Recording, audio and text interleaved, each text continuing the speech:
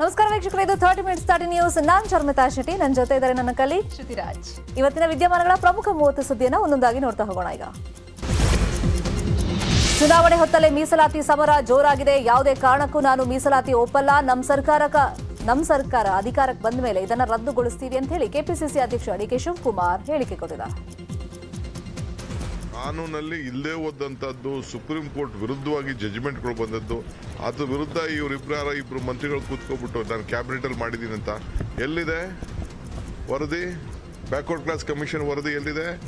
ನಮ್ಮ ಜನಸಂಖ್ಯೆ ಆಧಾರ ಎಷ್ಟಿದೆ, ವೀರಶೈವ ವಿರುದ್ಧ ಜನಸಂಖ್ಯೆ ಆಧಾರ ಎಷ್ಟಿದೆ, ನಮ್ಮಿಬ್ಬರಿಗೂ ಪ್ರತ್ಯೇಕವಾಗುವಂತ ಮಾಡಲಿ.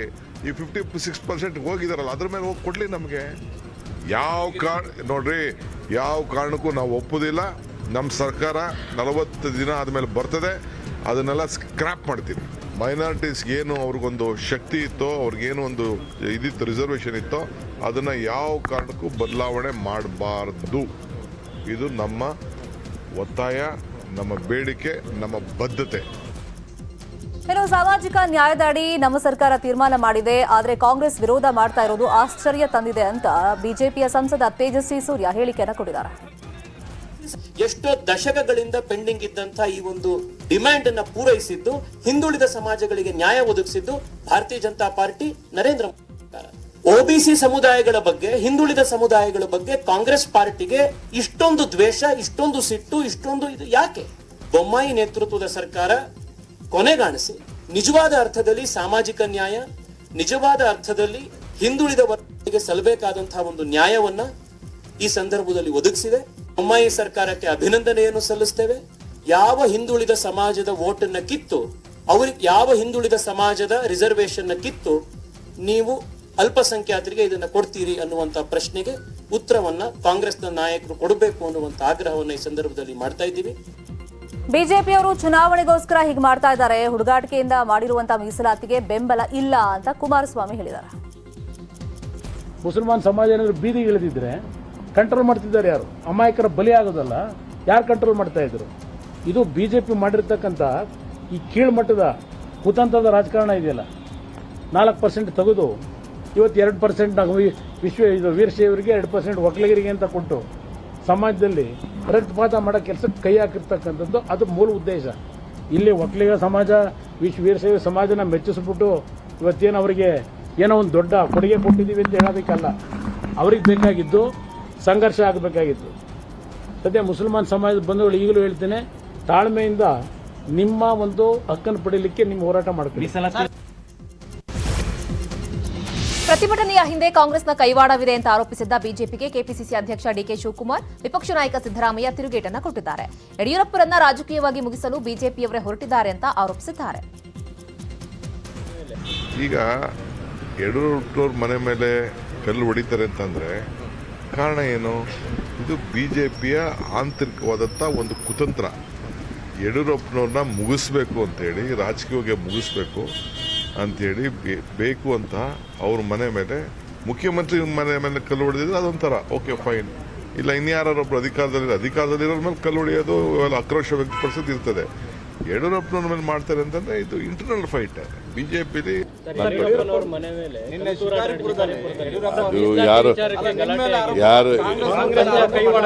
ಯಾರು ಬಿಜೆಪಿ ಅವ್ರದೇ ಕೈವಾಡ ಇರಬೇಕು ಅಲ್ಲಿ.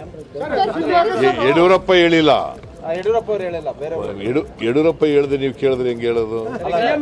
ಯಡಿಯೂರಪ್ಪ ತಪ್ಪು ಗ್ರಹಿಕೆಯಿಂದ ಮಾಡಿದ್ದಾರೆ ಅಂತ ಹೇಳಿದ್ದಾರೆ. ಬಟ್ ಅವರು ಮಾಡಿರ್ತಕ್ಕಂಥ ಮೀಸಲಾತಿ, ಒಳ ಮೀಸಲಾತಿ ಇದೆಯಲ್ಲ, ಅದನ್ನ ಅವರು ಮೊದಲಿಂದ ಬಂಜಾರ ಜನಾಂಗದವರು ವಿರೋಧ ಮಾಡ್ಕೊಂಡು ಬರ್ತಾ ಇದ್ದಾರೆ. ಕುಮಾರಸ್ವಾಮಿ ಕೂಡ ಸರ್ಕಾರದ್ದೇ ಕೈವಾಡ ಅಂತಂದ್ರು. ಅದೆಲ್ಲ ಸರ್ಕಾರ ತೀರ್ಮಾನ ತಗೋಬೇಕು. ನಾನು ಯಾರ ಬಗ್ಗೆನೂ ಇದರಲ್ಲಿ ಯಾರ ಪಾತ್ರ ಇದೆ, ಯಾರು ಕರ್ಕೊಂಡೋಗಿ ಕಲ್ಲು ಓಡಿಸಿದ್ರು, ಇದು ನನಗೆ ಸಂಬಂಧ ಇಲ್ಲ. ಇಂಥ ಒಂದು ವಾತಾವರಣ ಕ್ರಿಯೇಟ್ ಮಾಡಿರೋದು ಬಿಜೆಪಿ ಸರ್ಕಾರ, ಬಿಜೆಪಿ ಪಕ್ಷ. ಗೃಹ ಸಚಿವ ಆರಗ ಜ್ಞಾನೇಂದ್ರ ಶಿಕಾರಿಪುರದಲ್ಲಿ ಪರಿಸ್ಥಿತಿಯನ್ನು ಪರಿಶೀಲನೆ ಮಾಡಿದ್ರು. ಸಂಸದ ಬಿವೈ ರಾಘವೇಂದ್ರ ಹಾಗೂ ಎಸ್ಪಿ ಮಿಥುನ್ ಕುಮಾರ್ ರೊಂದಿಗೆ ಸಮಾಲೋಚನೆಯನ್ನು ನಡೆಸಿದ್ರು. ನಿನ್ನೆ ಶಿಕಾರಿಪುರದಲ್ಲಿ ಏನು ಇನ್ಸಿಡೆಂಟ್ ನಡೆದಿದೆ, ಅತ್ಯಂತ ದುರದೃಷ್ಟಕರವಾದಂಥ ಇದು. ಯಾರೋ ಕೆಲವರು ತಪ್ಪು ತಿಳುವಳಿಕೆಯಿಂದ ಪ್ರಚೋದನೆ ಕೊಟ್ಟಿದ್ದರಿಂದಾಗಿ ಇದಾಗಿದೆ. ವಿಶೇಷವಾಗಿ ಶಿಕಾರಿಪುರದಲ್ಲಿ ಯಡಿಯೂರಪ್ಪನವರು ನಾನು ಆರಂಭದಿಂದಲೂ ಕೂಡ ಅವರ ರಾಜಕಾರಣವನ್ನು ನೋಡ್ತಾ ಇದ್ದೀನಿ. ಬಣಜಾರ ಜನಾಂಗದ ಬಗ್ಗೆ ವಿಶೇಷವಾದಂಥ ಒಲವು, ಅವ್ರಿಗೆ ಬೇಕಾಗಿರ್ತಕ್ಕಂಥ ಡೆವಲಪ್ಮೆಂಟು, ಅವ್ರ ಬೇಡಿಕೆಗಳನ್ನೆಲ್ಲ ಈಡೇರಿಸಿ ಅವ್ರ ಮನೆ ಮೇಲೆ ಕೂಡ ಕಲ್ಲು ತೂರಲಾಗಿದೆ. ಆದರೂ ಕೂಡ ಯಡಿಯೂರಪ್ಪನವ್ರು ಹೇಳ್ತಾ ಇದ್ದಾರೆ, ನನ್ನ ಮನೆ ಮೇಲೆ ಕಲ್ಲು ತೂರಿರ್ತಕ್ಕಂಥದ್ರ ಬಗ್ಗೆ ಯಾವುದೋ ಆ್ಯಕ್ಷನ್ ತೊಗೊಳ್ಬೇಡಿ, ನಾನು ಅವ್ರ ಜೊತೆ ಮಾತಾಡ್ತೀನಿ, ಏನು ತಿಳುವಳಿಕೆ ಇದ್ದೇನೆ. ಶಿವಮೊಗ್ಗದಲ್ಲಿ ಬಂಜಾರ ಸಮುದಾಯದ ಕಿಚ್ಚು ತಣ್ಣಗಾಗಿಲ್ಲ. ಇವತ್ತು ಸಹ ಒಳ ಮೀಸಲಾತಿ ಜಾರಿಯನ್ನು ವಿರೋಧಿಸಿ ಬಂಜಾರ ಸಮುದಾಯದವರು ಶಿವಮೊಗ್ಗ ಶಿಕಾರಿಪುರ ನಡುವೆ ರಸ್ತೆ ತಡೆ ನಡೆಸಿ ಟೈರ್ಗೆ ಬೆಂಕಿ ಹಚ್ಚಿ ಪ್ರತಿಭಟನೆಯನ್ನ ನಡೆಸಿದರು. ಇನ್ನು ಬಾಗಲಕೋಟೆಯ ಜಮಖಂಡಿ ತಾಂಡಾ ಸೇರಿದಂತೆ ಹಲವೆಡೆ ಬಂಜಾರ ಸಮುದಾಯದ ಜನರು ಪ್ರತಿಭಟನೆಯನ್ನು ನಡೆಸಿದರು. ರಾಜ್ಯ ಸರ್ಕಾರದ ವಿರುದ್ಧ ಆಕ್ರೋಶವನ್ನು ಕೂಡ ವ್ಯಕ್ತಪಡಿಸಿದರು.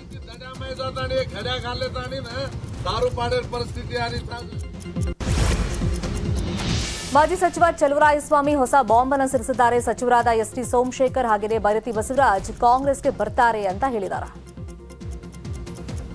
ಪ್ರತಿ ಚುನಾವಣೆಯಲ್ಲಿ ಪಕ್ಷ ಬದಲಾವಣೆ ಮಾಡ್ಕೊಳ್ಳೋದು, ಅಲ್ಲಿರೋ ವಾತಾವರಣ ಕೆಟ್ಟಾಗ, ಅಲ್ಲಿರೋ ವಾತಾವರಣ ಅವ್ರಿಗೆ ಸೂಕ್ತ ಅನ್ನಿಸ್ತಾ ಇದ್ದಾಗ ಸಹಜವಾಗಿ ಆಗುತ್ತೆ. JDS ಕಾಂಗ್ರೆಸ್ಸು ನಮ್ಮಿಂದ ಹೋಗ್ಲಿವ, ಸೋಮಶೇಖರು ಬೈರ್ತಿ ಇವರೆಲ್ಲ, ಅದರಿಂದ ಎಲ್ಲ ಪಕ್ಷದಲ್ಲೂ ಬದಲಾವಣೆ ಸಹಜವಾಗಿ ಆಗುತ್ತೆ. ಚರ್ಚೆಲಿದೆ, ಗೊತ್ತಿಲ್ಲ ಅಂತಿಮವಾಗಿ ನಮ್ಮಿಂದ ಅಲ್ಲೂ. ಚುನಾವಣೆಯಲ್ಲಿ ನಾವು ಯಾರೊಂದಿಗೂ ಹೊಂದಾಣಿಕೆಯನ್ನ ಮಾಡಿಕೊಳ್ಳಲ್ಲ, ಹೀಗಿರುವಾಗ ಹೊಂದಾಣಿಕೆ ಪ್ರಶ್ನೆಯೇ ಇಲ್ಲ ಅಂತ ಚಿಕ್ಕಮಗಳೂರಿನಲ್ಲಿ ಶಾಸಕ ಸಿಟಿ ರವಿ ಹೇಳಿದರು. ಕಳೆದ ಬಾರಿ ಆ ಥರದ್ದು ಯಾವುದೇ ರೀತಿ ಹೊಂದಾಣಿಕೆ ಮಾಡ್ಕೊಂಡಿರಲಿಲ್ಲ. ಈ ಸಲ ಹೊಂದಾಣಿಕೆ ಪ್ರಶ್ನೆಯೇ. ಪಿ ಯೋಗೇಶ್ವರ್ ವಿರುದ್ಧ ಕುಮಾರಸ್ವಾಮಿ ಸ್ಪರ್ಧೆ ಮಾಡಿದ್ವಿ. ನಾವು CP ಯೋಗೇಶ್ವರ್ ಅವ್ರನ್ನೇ ನಮ್ಮ ಅಭ್ಯರ್ಥಿ ಮಾಡಿದ್ವಿ. ಹೊಂದಾಣಿಕೆ ಬಂದಿದ್ರೆ ಅವರಿಬ್ಬರು ಸ್ಪರ್ಧೆ ಮಾಡೋ ಪ್ರಶ್ನೆನೇ ಬರ್ತಿರ್ಲಿಲ್ಲ. ಮತ್ತು ಯಾವತ್ತಿಗೂ ಹೊಂದಾಣಿಕೆ ಪ್ರಶ್ನೆ ಇಲ್ಲ, ಹೊಂದಾಣಿಕೆ ಮಾಡ್ಕೊಳ್ಳೋದು ಇಲ್ಲ. ಸ್ವತಂತ್ರವಾಗಿ ಸ್ಪರ್ಧೆ ಮಾಡುತ್ತೆ. ನಮ್ಮ ಅಮಿತ್ ಶಾ ಅವರೇ ಹೇಳಿದ್ದಾರೆ, ನಮ್ಮ ಮೊದಲ ರಾಜಕೀಯ ವಿರೋಧಿ JDS ಅಂತ ಹೇಳಿದ್ದಾರೆ. ಇನ್ನೇನು ಬೇಕು? ಕಳೆದ ಬಾರಿ ಯೋಗೇಶ್ವರ್ ಹಿಂದಿನ ಚುನಾವಣೆಯಲ್ಲಿ ಒಳ ಒಪ್ಪಂದ ಹೇಳಿಕೆ ವಿಚಾರಕ್ಕೆ HD ಕುಮಾರಸ್ವಾಮಿ ತಿರುಗೇಟು ಕೊಟ್ಟಿದ್ದಾರೆ. ತಲೆ ಇಲ್ಲದೆ ಹುಚ್ಚುಚ್ಚಾಗಿ ಮಾತನಾಡೋರಿಗೆ ಏನು ಉತ್ತರ ಕೊಡ್ಲಿ ಅಂತ ಕಿಡಿಕಾರಿತು. ಯಾರು ಅವನತ್ರ ಒಪ್ಪಂದ ಮಾಡ್ಕೊಂಡಿದ್ದ? ತಲೆ ಇಲ್ಲದೆ ಹುಚ್ಚುಚ್ಚಾಗಿ ಮಾತಾಡೋರಿಗೆಲ್ಲ ಉತ್ತರ ಕೊಡಲ್ಲ. ಏನು ಅವ್ರ ಹತ್ರ ಹೋಗಿ ಅರ್ಜಿ ಹಾಕೊಂಡಿದ್ದ ಒಳ ಒಪ್ಪಂದ ಮಾಡ್ಕೊಳ್ಳೋಣ ಅಂತ? ಯಾರವನು? ನನಗೇನು ಗೊತ್ತು? ಆಯಪ್ಪನಿಗೆಲ್ಲ ಉತ್ತರ ಕೊಡಲ್ಲ ನಾನು ಅಂಥವ್ರಿಗೆಲ್ಲ. ನಾವು ಯಾವುದು ಒಳ ಒಪ್ಪಂದ ಹೊರ ಒಪ್ಪಂದ ಇಲ್ಲ, ನಮ್ಮದು ನೇರ ಒಪ್ಪಂದ ಏನಿದ್ರು. ಯಾರ ಹತ್ರನೂ ಒಳ ಒಪ್ಪಂದವೂ ಮಾಡಲ್ಲ, ಹೊರ ಒಪ್ಪಂದವೂ ಮಾಡಲ್ಲ. ಹಿರೇಕೆರೂರು ಕಾಂಗ್ರೆಸ್ ಟಿಕೆಟ್ UB ಬಣಕಾರ್ಗೆ ಘೋಷಣೆ ಬೆನ್ನಲ್ಲೇ ಕೃಷಿ ಸಚಿವ BC ಪಾಟೀಲ್ಗೆ ಟೆನ್ಷನ್ ಸ್ಟಾರ್ಟ್ ಆಗಿದೆ. UB ಬಣಕಾರ್ ವಿರುದ್ಧ ಗೆಲ್ಲೋಕೆ BC ಪಾಟೀಲ್ ಈಗಿನಿಂದಲೇ ರಣತಂತ್ರವನ್ನು ರೂಪಿಸ್ತಾ ಇದ್ದಾರೆ. ಖುದ್ದು ಆಪರೇಷನ್ ಕಮಲಕ್ಕೆ ಸಚಿವ BC ಪಾಟೀಲ್ ಮುಂದಾಗಿದ್ದಾರೆ. ಕಾಂಗ್ರೆಸ್ನ ಮಾಜಿ ಶಾಸಕ BH ಬನ್ನಿಕೋಡ್ಗೆ ಗಾಳವನ್ನು ಹಾಕಿದ್ದಾರೆ. ಹಾಸನ JDS ಟಿಕೆಟ್ ಸಸ್ಪೆನ್ಸ್ಗೆ ಇನ್ನೂ ಕೂಡ ತೆರೆ ಬಿದ್ದಿಲ್ಲ. ಆಗಲೇ JDS ಕಿರು ಹೊತ್ತಿಗೆಯಲ್ಲಿ ಭವಾನಿ ರೇವಣ್ಣ ಫೋಟೋ ಹಾಕಲಾಗಿದ್ದು ಎಲ್ಲೆಡೆ ಚರ್ಚೆಗೆ ಕಾರಣವಾಗಿದೆ. 6 ಕ್ಷೇತ್ರಗಳ ಅಭ್ಯರ್ಥಿಗಳ ಜೊತೆಗೆ ಭವಾನಿ ಫೋಟೋ ಕೂಡ ಹಾಕಲಾಗಿದ್ದು, ಭವಾನಿ ರೇವಣ್ಣಗೆ ಹಾಸನ ಟಿಕೆಟ್ ಫಿಕ್ಸ್ ಆಗಿದೆಯಾ, ಭವಾನಿಯೇ ಅಭ್ಯರ್ಥಿ ಅನ್ನೋ ಸಂದೇಶವನ್ನ HD ರೇವಣ್ಣ ಸಾರಿದ್ರ. ಯಾಕಂದ್ರೆ ಹಾಸನ JDS ಟಿಕೆಟ್ಗಾಗಿ ಭವಾನಿ ಹಾಗೆ ಸ್ವರೂಪ್ ನಡುವೆ ಪೈಪೋಟಿ ಏರ್ಪಟ್ಟಿದೆ. ಹಾಸನ ಜಿಲ್ಲೆಯ ಬೇಲೂರು ಕಾಂಗ್ರೆಸ್ ಟಿಕೆಟ್ ದಂಗಲ್ ಜೋರಾಗಿ ನಡೀತಾ ಇದೆ. ಕೆಪಿಸಿಸಿ ಅಧ್ಯಕ್ಷ DK ಶಿವಕುಮಾರ್ ಹಾಗೆಯೇ ವಿಪಕ್ಷ ನಾಯಕ ಸಿದ್ದರಾಮಯ್ಯ ನಡುವೆ ಮುಸುಕಿನ ಗುದ್ದಾಟ ನಡೀತಾ ಇದೆಯಂತೆ. ಲಿಂಗಾಯತರಿಗೆ ಟಿಕೆಟ್ ಕೊಡಬೇಕು ಅಂತ ಸಿದ್ದರಾಮಯ್ಯ ಪಟ್ಟು ಹಿಡಿದಿದ್ದಾರಂತೆ. ಆದರೆ DKಶಿ ತಮ್ಮ ಆಪ್ತ B ಶಿವರಾಮ್ಗೆ ಟಿಕೆಟ್ ಕೊಡಿಸೋದಕ್ಕೆ ಸರ್ಕಸ್ ಮಾಡ್ತಾ ಇದ್ದಾರಂತೆ.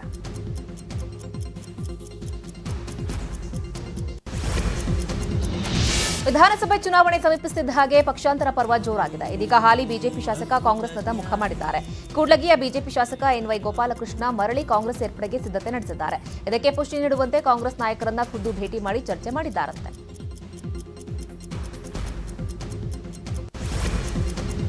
ಕೋಲಾರದಲ್ಲಿ ಕಾಂಗ್ರೆಸ್ ಶಕ್ತಿ ಪ್ರದರ್ಶನಕ್ಕೆ ಮುಂದಾಗಿದೆ. ಏಪ್ರಿಲ್ 5ನೇ ತಾರೀಕು ಕೋಲಾರದಲ್ಲಿ ಕಾಂಗ್ರೆಸ್ ಬೃಹತ್ ಸಮಾವೇಶ ಆಯೋಜನೆ ಮಾಡ್ತಾ ಇದೆ. ಅನರ್ಹತೆ ಬಗ್ಗೆ ಕೋಲಾರದಿಂದಲೇ ತಕ್ಕ ಪ್ರತ್ಯುತ್ತರ ನೀಡೋದಕ್ಕೆ ರಾಹುಲ್ ಗಾಂಧಿ ರಾಜ್ಯಕ್ಕೆ ಬರ್ತಾ ಇದ್ದಾರೆ. ಈ ಬಾರಿಯ ರಾಹುಲ್ ಗಾಂಧಿಯ ಕೋಲಾರ ಭೇಟಿ ವಿಶೇಷವಾಗಿದೆ. ಲೋಕಸಭಾ ಸದಸ್ಯ ಸ್ಥಾನದಿಂದ ಅನರ್ಹವಾಗಿದ್ದು ಕೋಲಾರದಲ್ಲಿ ಮಾಡಿದ ಭಾಷಣದಿಂದ, ಹೀಗಾಗಿ ಕೋಲಾರದಿಂದಲೇ ಪ್ರಚಾರ ಆರಂಭಿಸಿ ಅನರ್ಹಗೊಳಿಸಿದ್ದನ್ನೇ ಪ್ರಚಾರದ ಪ್ರಬಲ ಅಸ್ತ್ರವಾಗಿ ಬಳಸಿಕೊಳ್ಳೋದಕ್ಕೆ ಕಾಂಗ್ರೆಸ್ ಪ್ಲಾನ್ ಅನ್ನು ಮಾಡಿಕೊಂಡಿದೆ. ಚುನಾವಣೆ ಹೊತ್ತಲ್ಲಿ ಮತದಾರರನ್ನ ಸೆಳೆಯುವುದಕ್ಕೆ ರಾಜಕೀಯ ನಾಯಕರು ನಾನಾ ಕಸರತ್ತನ್ನ ನಡೆಸುತ್ತಿದ್ದಾರೆ. ವಿಜಯಪುರ ಜಿಲ್ಲೆಯ ಮುದ್ದೇಬಿಹಾಳ ತಾಲೂಕಿನ ಬಾಲಾಜಿ ಸಕ್ಕರೆ ಕಾರ್ಖಾನೆಯ ಗೋದಾಮಿನಲ್ಲಿ ಯಾವುದೇ ಪರವಾನಗಿ ಪಡೆಯದೆ ಸಂಗ್ರಹಿಸಿ ಇಡಲಾಗಿದ್ದ ಟಿ ಶರ್ಟ್ಸ್ ಹಾಗೆ SR ಪಾಟೀಲ್ ಭಾವಚಿತ್ರ ಹೊಂದಿರುವ ಗೋಡೆ ಗಡಿಯಾರಗಳು ಸಿಕ್ಕಿವೆ.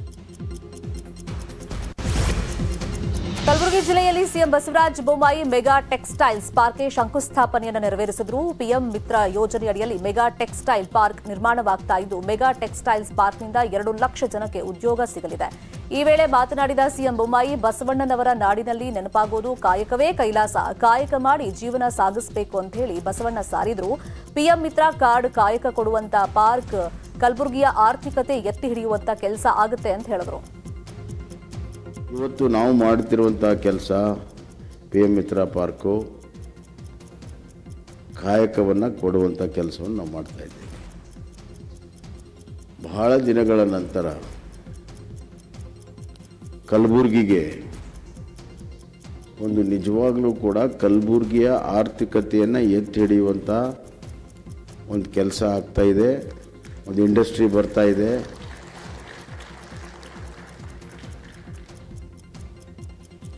ಈ ಭಾಗದ ಜನ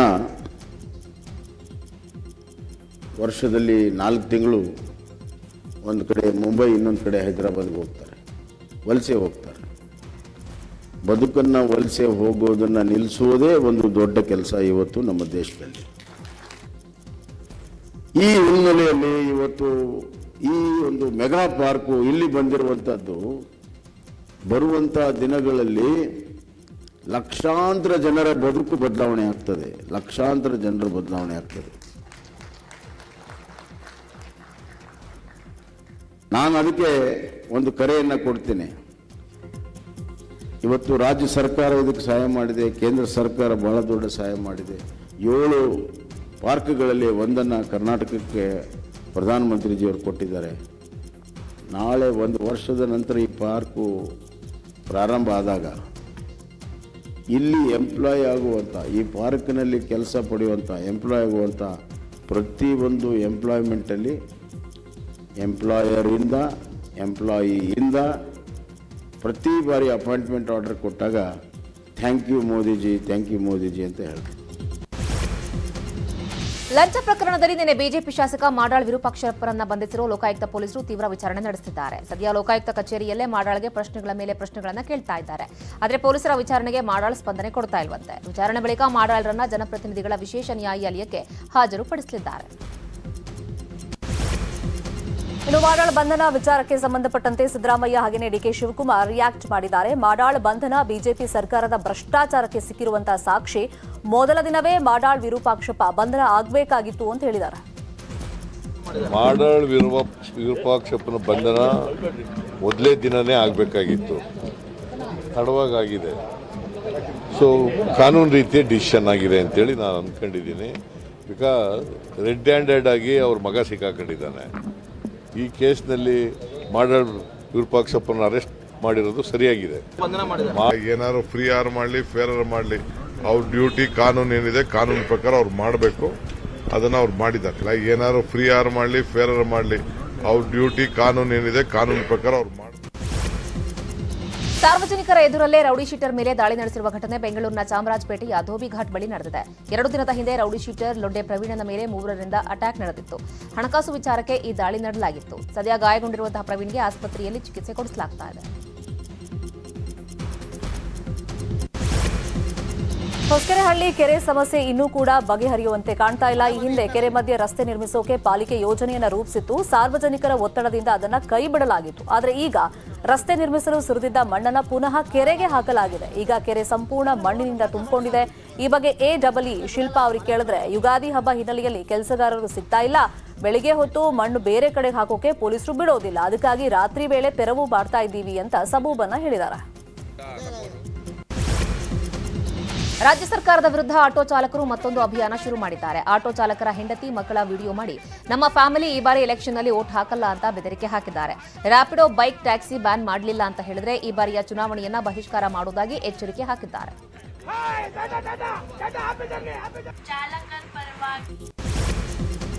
ಶಿವಮೊಗ್ಗ ಟ್ರಯಲ್ ಬ್ಲಾಸ್ಟ್ನ ಚಾರ್ಜ್ಶೀಟ್ನಲ್ಲಿ ಸ್ಫೋಟಕವಾದಂತಹ ಮಾಹಿತಿ ಬಹಿರಂಗವಾಗಿದೆ. ಪ್ರಧಾನಿ ಮೋದಿ ಅವರನ್ನ ಹತ್ಯೆ ಮಾಡೋಕೆ ಈ ತಂಡ ಸಂಚು ರೂಪಿಸಿತ್ತು ಎಂಬ ಆತಂಕಕಾರಿ ಮಾಹಿತಿಯನ್ನ NIA ಚಾರ್ಜ್ಶೀಟ್ನಲ್ಲಿ ಉಲ್ಲೇಖ ಮಾಡಿದೆ. ಜೊತೆಗೆ ಈ ಹಿಂದೆ ಇದ್ದ ಕಾಶ್ಮೀರ ಪರಿಸ್ಥಿತಿಯನ್ನ ದೇಶದೆಲ್ಲೆಡೆ ತರಲು ಸಂಚನ್ನ ರೂಪಿಸಲಾಗಿತ್ತು ಎಂಬ ಅಂಶ ಬೆಳಕಿಗೆ ಬಂದಿದೆ. ಇನ್ನು ಶಂಕಿತ ಉಗ್ರರಾದ ಶಾರಿಕ್ ಮಾಜ್, ಅರಾಫತ್ ಅಲಿ, ಅಬ್ದುಲ್ ಮತೀನ್ ತಾಹಾ, ಮುಸಾವಿರ್ ಹುಸೇನ್ ಈ ಸ್ಫೋಟಕ ಮಾಹಿತಿಯನ್ನ ಎನ್ಐಎ ಮುಂದೆ ಬಾಯ್ಬಿಟ್ಟಿದ್ದಾರಂತೆ. ಹಾಸನ ಜಿಲ್ಲೆಯ ಐತಿಹಾಸಿಕ ಬೇಲೂರು ಚನ್ನಕೇಶವ ರಥೋತ್ಸವದ ಮೇಲೆ ಇದೀಗ ಧರ್ಮದಂಗಲ್ನ ಕರಿನೆರಳು ಬಿದ್ದಿದೆ.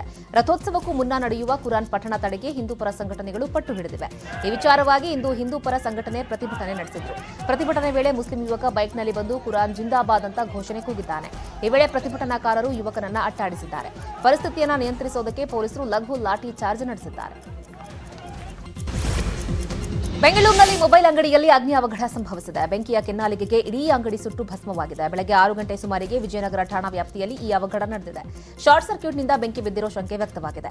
ಬೆಂಕಿ ನಂದಿಸೋದಕ್ಕೆ ಅಗ್ನಿಶಾಮಕ ಸಿಬ್ಬಂದಿ ಹರಸಾಹಸ ಪಟ್ಟರು. ಉಮೇಶ್ ಪಾಲ್ ಶೂಟೌಟ್ ಕೇಸ್ನಲ್ಲಿ ಡಾನ್ ಅತೀಕ್ ಸೇರಿದಂತೆ 3 ಜೀವಾವಧಿ ಶಿಕ್ಷೆಯನ್ನು ವಿಧಿಸಲಾಗಿದೆ. ಅತೀಕ್ ಸೋದರ ಅಶ್ರಫ್ ಕೂಡ ದೋಷಿ ಅಂತ 17 ವರ್ಷಗಳ ನಂತರ ಕೋರ್ಟ್ ತೀರ್ಪನ್ನು ಕೊಟ್ಟಿದೆ. ಉತ್ತರ ಪ್ರದೇಶದ ಪ್ರಯಾಗ್ರಾಜ್ನಲ್ಲಿ ಹಾಡ ಹಗಲೇ ಪೊಲೀಸರ ಎದುರೇ ಕೊಲೆಯನ್ನ ಮಾಡಲಾಗಿತ್ತು. ಪಾಕಿಸ್ತಾನದಲ್ಲಿ ಹಣದುಬ್ಬರ ಮಿತಿ ಮೀರಿದೆ. ಇದರಿಂದಾಗಿ ದಿನನಿತ್ಯದ ವಸ್ತುಗಳ ಬೆಲೆ ಗಗನಕ್ಕೇರಿದೆ. ಜನ ದಿನಬಳಕೆಯ ವಸ್ತುಗಳನ್ನು ಕೊಳ್ಳೋದಕ್ಕೆ ಪರದಾಡ್ತಿದ್ದಾರೆ. ಸರ್ಕಾರ ಬಡ ಜನರಿಗೆ ಉಚಿತವಾಗಿ ಫುಡ್ ಕಿಟ್ ವಿತರಣೆ ಮಾಡ್ತಾ ಇದೆ. ಸರ್ಕಾರ ನೀಡೋ ರೇಷನ್ ಕಿಟ್ಗೆ ಪಾಕ್ನ ಜನ ಮುಗಿಬೀಳ್ತಿದ್ದಾರೆ.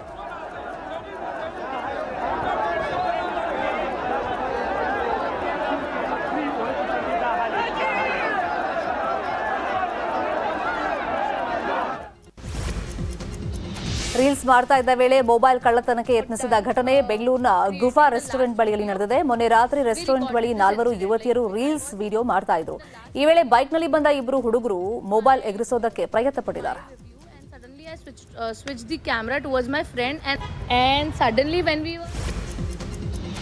ಆಫ್ರಿಕಾದ ಕ್ರುಗರ್ ನ್ಯಾಷನಲ್ ಪಾರ್ಕ್ನಲ್ಲಿ 2 ಬಲಶಾಲಿ ಆನೆಗಳು ಕಾದಾಡಿವೆ. ಆನೆಗಳ ಕಾದಾಟಕ್ಕೆ ಮರವೇ ಬಿದ್ದು ಹೋಗಿದೆ. ಮದಗಜಗಳ ಕಾಳಗದ ವಿಡಿಯೋ ಸೋಷಿಯಲ್ ಮೀಡಿಯಾದಲ್ಲಿ ವೈರಲ್ ಆಗಿದೆ.